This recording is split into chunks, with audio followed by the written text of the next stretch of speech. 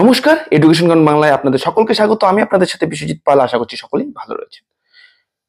তো রেখা গুপ্তা, যিনি কিন্তু দিল্লির চতুর্থ মহিলা মুখ্যমন্ত্রী হিসাবে শপথ নিলেন আজ, অর্থাৎ 20 ফেব্রুয়ারি তিনি কিন্তু শপথ নিলেন দিল্লির চতুর্থ মহিলা মুখ্যমন্ত্রী হিসাবে। আমি এর পূর্বে একটি ভিডিও বানিয়েছিলাম যে কে দিল্লির আগামী মুখ্যমন্ত্রী হতে চলেছে। তো সেখানে কিছু নাম আমরা প্রেডিক্ট করেছিলাম। প্রেডিক্ট অর্থাৎ বিভিন্ন নিউজ চ্যানেলেও সেসব নিয়ে আলোচনা করা হয়েছিল। বিভিন্ন সংবাদ মাধ্যম, যে ডিজিটাল মাধ্যম রয়েছে এবং প্রিন্ট মিডিয়া রয়েছে, সেখানেও কিন্তু তাদেরকে নিয়ে আলোচনা করা হয়েছিল। তো সেই সূত্রে আমি সেটা নিয়ে কিন্তু আলোচনা করেছিলাম। তো সেখানে কোথাও রেখা গুপ্তার নাম কিন্তু আসেনি। তো সেখানে একাধিক নাম এসেছিল, যেমন স্মৃতি ইরানির নাম আমি উল্লেখ করেছিলাম। এছাড়াও সুষমা স্বরাজের মেয়ে বাসুরি স্বরাজ, তার নামও উল্লেখ করেছিলাম। এছাড়াও প্রবেশ বর্মাকে বেশি গুরুত্ব দিয়েছিলাম।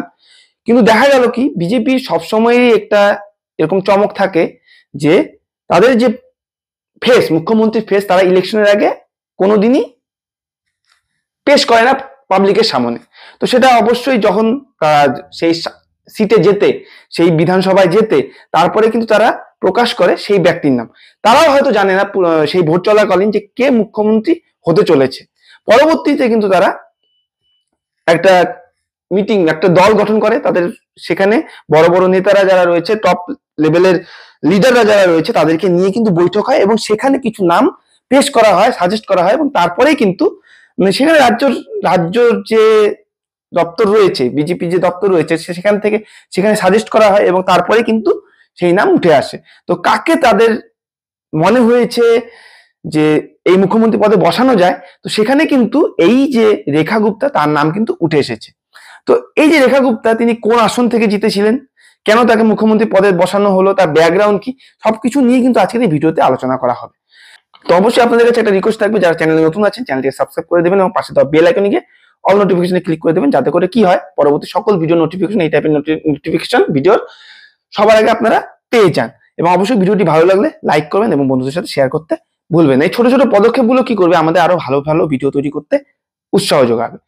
আর আপনাদের এই ভিডিওটি দেখার পরে যদি কিছু মন্তব্য, কিছু কমেন্ট মনে হয় যে করা প্রয়োজন, তাহলে আপনারা ভিডিওর নিচে গিয়ে কমেন্ট বক্সে গিয়ে কিন্তু সেখানে কমেন্ট করতে পারেন। তো সেখানে আমি সেটাকে অবশ্যই দেখবো এবং সেখানে তার রিপ্লাই দেওয়ার চেষ্টা করব। তো চলুন কথা না বাড়িয়ে মূল বিষয় চলে যাই। তো যে দিল্লি যে নিউ সিএম, সেটা কিন্তু অ্যানাউন্সমেন্ট হয়ে গিয়েছিল এবং অ্যানাউন্সমেন্ট হয়েছিল 19 তারিখ এবং 20 তারিখে কিন্তু তার শপথ গ্রহণ অনুষ্ঠান হয়েছে। তো ঠিক আছে, এত দেরি হলো কেন? নির্বাচনের হলো, তারপরে ইলেকশনের রেজাল্ট পেশ হলো, তার পরবর্তীতে কিন্তু দীর্ঘ কতদিন, তার এক সপ্তাহের বেশি সময় পরে কিন্তু সেটা শপথ গ্রহণ অনুষ্ঠান হলো। বলা হয়েছিল, আমি বলেছিলাম যে সেখানে প্রধানমন্ত্রী আমাদের যে নরেন্দ্র মোদী, তিনি কিন্তু ফ্রান্স আর ইউএস এর সফরে গিয়েছিলেন এবং তারপরে এসেই কিন্তু এই আলোচনা করা হয়েছে, মিটিং করা হয়েছে এবং তারপরে কিন্তু এই রেখা গুপ্তার নাম মুখ্যমন্ত্রী পদে পাঠানোর জন্য উঠে এসেছে এবং তারপরে কিন্তু ঘোষণা করা হয়েছে রেখা গুপ্তাকে। ঠিক আছে, তো তিনি কোন আসন থেকে জয় হয়েছিল সেটাও আলোচনা করব। তো চলো সেখানে চলে যাওয়া যায়। ভারতীয় জনতা পার্টি 19 ফেব্রুয়ারি এই রেখা গুপ্তাকে বিজেপির দিল্লি বিধানসভা দলের নেতা হিসেবে ঘোষণা করেন এবং 20 ফেব্রুয়ারি শপথ গ্রহণ অনুষ্ঠানে তিনি দিল্লির পরবর্তী মুখ্যমন্ত্রী হিসেবে দায়িত্ব গ্রহণ করবেন। অর্থাৎ আজ 20 তারিখ, আজকে যেটা ভিডিওটা আমি পাবলিশ করছি, ততক্ষণে কিন্তু তিনি শপথ গ্রহণ করে ফেলেছেন। শ্রীমতী গুপ্তা দিল্লির চতুর্থ মহিলা মুখ্যমন্ত্রী, কারণ এর পূর্বে কিন্তু সুষমা স্বরাজ, শীলা দীক্ষিত, আতিশি অন্তর্বর্তীকালীন ছিলেন। অর্থাৎ যে কেজরিওয়াল ছিলেন, কেজরিওয়ালই মূল মুখ্যমন্ত্রী ছিলেন। তার পরবর্তী যে কেজরিওয়াল যখন তার দুর্নীতির কেসে তার রায় চলছিল, তো সেই সময় কিন্তু কেজরিওয়াল ইস্তফা দেন এবং অতিশী মার্লেনাকে দিল্লির মুখ্যমন্ত্রী পদে বসানো হয়েছিল। তো সেটা অবশ্যই খুব কম সময়ের জন্য এবং তার পরবর্তীতে ইলেকশন হয় এবং ইলেকশনের পরে এই এখন বর্তমানে কিন্তু শ্রীমতী গুপ্তা অর্থাৎ রেখা গুপ্তাকে কিন্তু মুখ্যমন্ত্রী পদে আমরা দেখতে পারবো দিল্লির। তো দলের শীর্ষ সূত্র থেকে জানা গিয়েছে যে বৃহস্পতিবার 20 ফেব্রুয়ারি শপথ গ্রহণ অনুষ্ঠানে প্রধানমন্ত্রী নরেন্দ্র মোদী, স্বরাষ্ট্র অমিত শাহ, বিজেপি শাসিত রাজ্যগুলির মুখ্যমন্ত্রী, এনডিএ কেন্দ্রমন্ত্রী, অন্যান্য বিশিষ্ট ব্যক্তিরা উপস্থিত থাকবেন। উপস্থিত থাকারই কথা। এত বড় একটা 27 বছরের অপেক্ষার পর কিন্তু বিজেপি পুনরায় আবার দিল্লিতে তার সরকার গঠন করতে চলেছে। তো অবশ্যই সেখানে ক্যাবিনেটে কে কে থাকবেন, এই যে প্রবেশ বর্মা, তারাও তো ভালো মার্জিনে জিতেছেন এবং কেজরিওয়াল অর্থাৎ যিনি মুখ্যমন্ত্রী পদে ছিলেন তাকে হারিয়েছেন। তো তাকে কি পদ দেওয়া হয় সেটা পরবর্তীতে আমরা দেখবো। তো তাকে বেশি আমরা ভেবেছিলাম যে তাকেই হয়তো মুখ্যমন্ত্রী পদে বসানো হবে, কিন্তু কোথাও বিজেপি সবসময় এটা চমক রাখে। আর দিল্লিতে যেহেতু মহিলা মুখ্যমন্ত্রীর টার্মটাই বেশি ছিল, তো সেখানে মহিলাকেই মুখ্যমন্ত্রী হিসাবে তারা বিজেপিরা আকর্ষিত করেছে। তো সেখানে ভেবেছে যে রেখা গুপ্তাকে দিলেই কিন্তু বেস্ট হবে, তো সেই জন্য কিন্তু রেখা গুপ্তার নাম অ্যানাউন্স করা হয়েছে এবং রেখা গুপ্তাই শপথ গ্রহণ করেছে। এই অনুষ্ঠানের আগে যাবতীয় সাংস্কৃতিক অনুষ্ঠানের ব্যবস্থা করা হয়েছে এবং 30,000 অতিথিকে এখানে কিন্তু আমন্ত্রণ জানানো হয়েছিল। এবং দিল্লি বিধানসভা নির্বাচনে নিযুক্ত অন্যান্য রাজ্যের বিজেপি নেতা এবং কর্মীদেরও আমন্ত্রণ জানানো হয়েছে। আচ্ছা, আমরা এখন জানবো যে এই যে রেখা গুপ্তা বলছি, রেখা গুপ্তার নাম উঠে এসেছে দিল্লির মুখ্যমন্ত্রী পদে এবং আগামী দিনে আমরা দেখতে পাবো যে রেখা গুপ্তা কিন্তু দিল্লির শাসনভার চালাচ্ছেন। তো এই যে রেখা গুপ্তা, তিনি আসলে কি, তিনি কোন বিধানসভা সিট থেকে উঠে এসেছেন? শালিমার বাগ বিধানসভা নির্বাচনে যে বিধানসভা সিট রয়েছে শালিমার বাগ, সেখান থেকে কিন্তু তিনি বিধায়ক পদে উঠে এসেছেন। অর্থাৎ এই বছর যে ইলেকশন হয়েছে সেখানে শালিমার বাগ থেকে তিনি জিতে এসেছেন। এবং আম আদমি পার্টির অতিশির কে ছিলেন? এর পূর্বে মুখ্যমন্ত্রী ছিলেন কেজরিওয়ালের স্থলাভিষিক্ত হয়ে আতিশি হয়েছিলেন, এবং আতিশিকে এখন স্থলাভিষিক্ত হয়ে আতিশি কিন্তু কোন ইলেকশনের মাধ্যমে, তিনিও বিধায়ক ছিলেন কিন্তু ইলেকশনের মাধ্যমে মুখ্যমন্ত্রী হননি।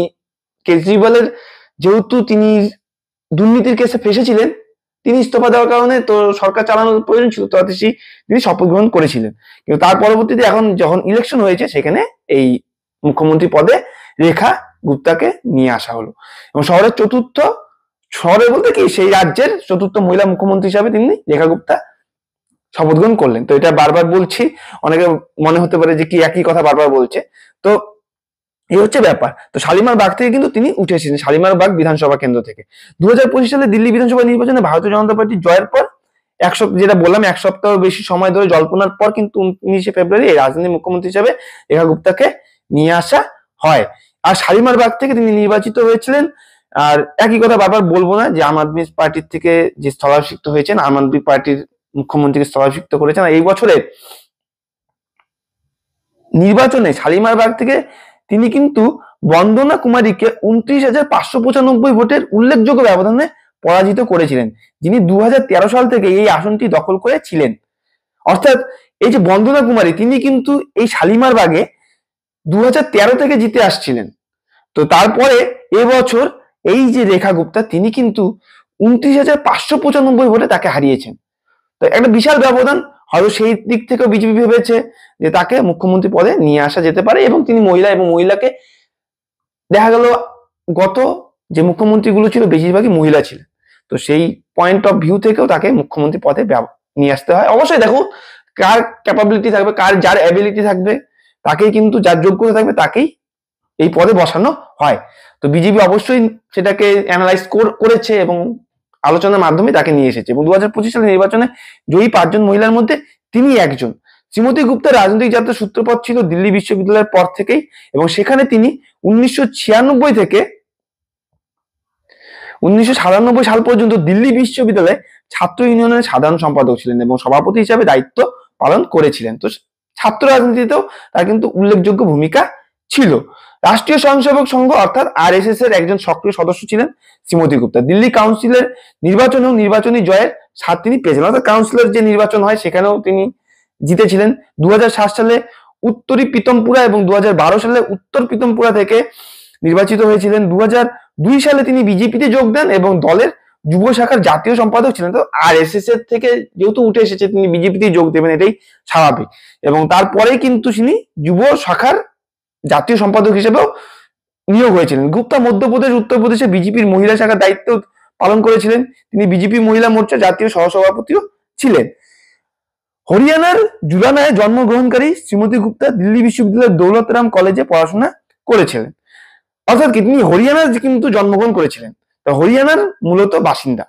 এখন বলতে পারেন হরিয়ানার বাসিন্দা দিল্লিতে কেন আসলো? ভারতের রাজনীতিতে যে কোনো ভারতের নাগরিক হলেই হয়, যে কোনো স্থান থেকে এসে কিন্তু তারা এই বিধানসভা নির্বাচন লড়তে পারে বা লোকসভা নির্বাচনও লড়তে পারে। সেটার জন্য কোনো এমন কোনো পার্টিকুলার ইস্যু নেই যে তাকে সেই রাজ্যেই জন্মগ্রহণ করতে হবে। সেই দেশে জন্মগ্রহণ করলে কিন্তু সে সেই রাজ্যে যে কোনো রাজ্যের যে কোনো পদে ভোট ইলেকশন লড়তে পারে। তো তিনি চৌধুরী চরণ সিং বিশ্ববিদ্যালয় থেকে এলএলবি ডিগ্রি অর্জন করেছিলেন, অর্থাৎ তিনি লয়ে ছাত্র ছিলেন। তো এই হচ্ছে ব্যাপার যে তিনি কিন্তু তার ব্যাকগ্রাউন্ড দেখলে দেখা যাবে যে তিনি ছাত্র রাজনীতিতেও অ্যাক্টিভ ছিলেন এবং হরিয়ানার জন্ম, হরিয়ানার বাসিন্দা মূলত, এবং তিনি বিশ্ববিদ্যালয় দৌলত রাম কলেজে পড়াশোনা করেছিলেন, দিল্লি বিশ্ববিদ্যালয়ে পড়াশোনা করেছিলেন, চৌধুরী চরণ সিং বিশ্ববিদ্যালয় থেকে এলএলবি ডিগ্রি অর্জন করেছিলেন। তো ওয়েল এডুকেটেড এক কথায় বলতে পারো। তো সেই দিক থেকে বিচার করে একজন শিক্ষিত লোকের হাতে কিন্তু এই পদটাকে দেওয়া আর দিল্লির মতন কেন্দ্রশাসিত অঞ্চলকে চলানো, ডাবল ইঞ্জিন সরকারকে সামনের দিকে এগিয়ে নিয়ে যাওয়া, সেটা কিন্তু বিজেপি ভালোভাবে জানে যে কার হাতে দিলে সঠিক পথে যাবে সেই সরকার। আর অবশ্যই বিজেপি যে লক্ষ্যমাত্রা নিয়ে এসেছিল, যে লক্ষ্যমাত্রা নিয়ে এই ইলেকশন লড়েছিল, যে কেজরিওয়াল যে সবকিছু বলেছিল, মানে কেজরিওয়ালের সময় যে সবকিছুকে পয়েন্ট আউট করে সরকারে এসেছিল, যমুনা নদী, জল, ইলেকট্রিক, সেই সবগুলোকেই বিজেপি কি করেছিল, দেখিয়েছিল যে এই সব কিছুতে তাতে ঘাটতি রয়েছে। এই সব কিছু তারা যমুনা পরিষ্কারের কথা বললেও বিগত 10 বছরে সেরকম কোনো কার্যকরিতাই সেখানে দেখা যায়নি। তো এখন নিঃসন্দেহে দিল্লির মানুষ এই রেখা গুপ্তার দিকে কিন্তু নজরে রাখবেন এবং বিজেপির কাজের দিকে দেখবেন যে বিজেপি কতটা কাজ করতে পারে আগামী 5 বছরে। ইতিমধ্যে দেখা গেছে যে দিল্লিতে যমুনার উপরে মেশিন বসিয়ে দেওয়া হয়েছে। এখন কথা হচ্ছে কাজের দেখাবা করা, মানে কাজ দেখানো, মানে দেখিয়ে, মানে আমি দেখাচ্ছি যে আমি কাজ করছি, আর কাজের রিয়ালিটিটা কিন্তু আমরা সময়ে যাওয়ার সাথে সাথে বুঝবো যে সত্যি কি কাজ হচ্ছে কিনা। আর দিল্লির লোকও সেটা দেখবে যে দিল্লি যখন 10 বছরের কেজরিওয়ালকে ফেলে দিতে পেরেছে, তো বিজেপি যদি কাজ না করে তাদেরও ফেলে দেবে। তো অবশ্যই আশা করা যায় যে রেখা গুপ্তার এই শাসনকালে দিল্লির উন্নয়ন ঘটবে এবং এই সামগ্রিক যে জল, তারপরে যমুনা নদী কে ক্লিন করা, এই জিনিসগুলো যাতে ভালোভাবে হয় এবং সাধারণ মানুষের যে বেসিক নিড সেগুলোকে নিয়ে ভাবা আগে সর্বপ্রথম, এবং তারপরে আনুষঙ্গিক উন্নয়নের দিকে নজর রাখা। দিল্লি কিন্তু ভারতের ক্যাপিটাল হওয়া সত্ত্বেও দিল্লির যে বাতাস দেখা যায় যে প্রায় দূষিত, প্রতিবারই শীতের সময় খবর আসে যে দিল্লির পলিউটের দিক দিয়ে টপে চলে গেছে। তো সেই সব দিকগুলোর দিকেও যাতে সরকার নজর দেয়, সেদিকেও কিন্তু সাধারণ মানুষের নজর থাকবে যে দিল্লির বর্তমান নতুন সরকার কি পদক্ষেপ নেয়। তো এই হচ্ছে বিষয়। তো এটা একটা বিজেপির নিজে 27 বছর পরে এসেছে সরকারে, তার পরবর্তী সময় যাতে তাদের সরকারকে টিকিয়ে রাখতে চায়, তাহলে কিন্তু তাদেরকে কাজ করতে হবে। দিল্লির সাধারণ মানুষ কিন্তু চুপ করে বসে থাকবে না। যদি কাজ না করে তাহলে আবারও চেঞ্জ করে দিতে তাদের বিন্দুমাত্র ভাবতে হবে না। তো এই হচ্ছে ব্যাপার। তো দেখা যাক আগামী দিনে কি হয়। অবশ্যই রেখা গুপ্তাকে অভিনন্দন তার আগামী দিনে দিল্লির মুখ্যমন্ত্রী হিসাবে চলার জন্য, এবং পরবর্তীতে এই ক্যাবিনেটে কোন পদে কে থাকতে চলেছেন অ্যানাউন্স করার পর অবশ্যই সেটা নিয়েও আলাদা একটা ভিডিও আমি বানাবো। অবশ্যই ভিডিওটিকে যদি ইনফরমেটিভ মনে হয় ভিডিওটিকে লাইক করে দেবেন এবং বন্ধুদের সাথে শেয়ার করতে ভুলবেন না, যাতে তারাও এইরকম ইনফরমেশনের সাথে অবগত হয়। এবং অবশ্যই চ্যানেল নতুন তাহলে চ্যানেলটিকে সাবস্ক্রাইব করে দিয়ে পাশে দেওয়া বেল আইকনে গিয়ে অল নোটিফিকেশন ক্লিক করে দিন, যাতে করে আগামী সকল এই টাইপের ভিডিও নোটিফিকেশন সবার আগে পৌঁছে যাচ্ছে। চলুন, সবাই সুস্থ থাকবেন, ভালো থাকবেন। জয় হিন্দ, জয় ভারত।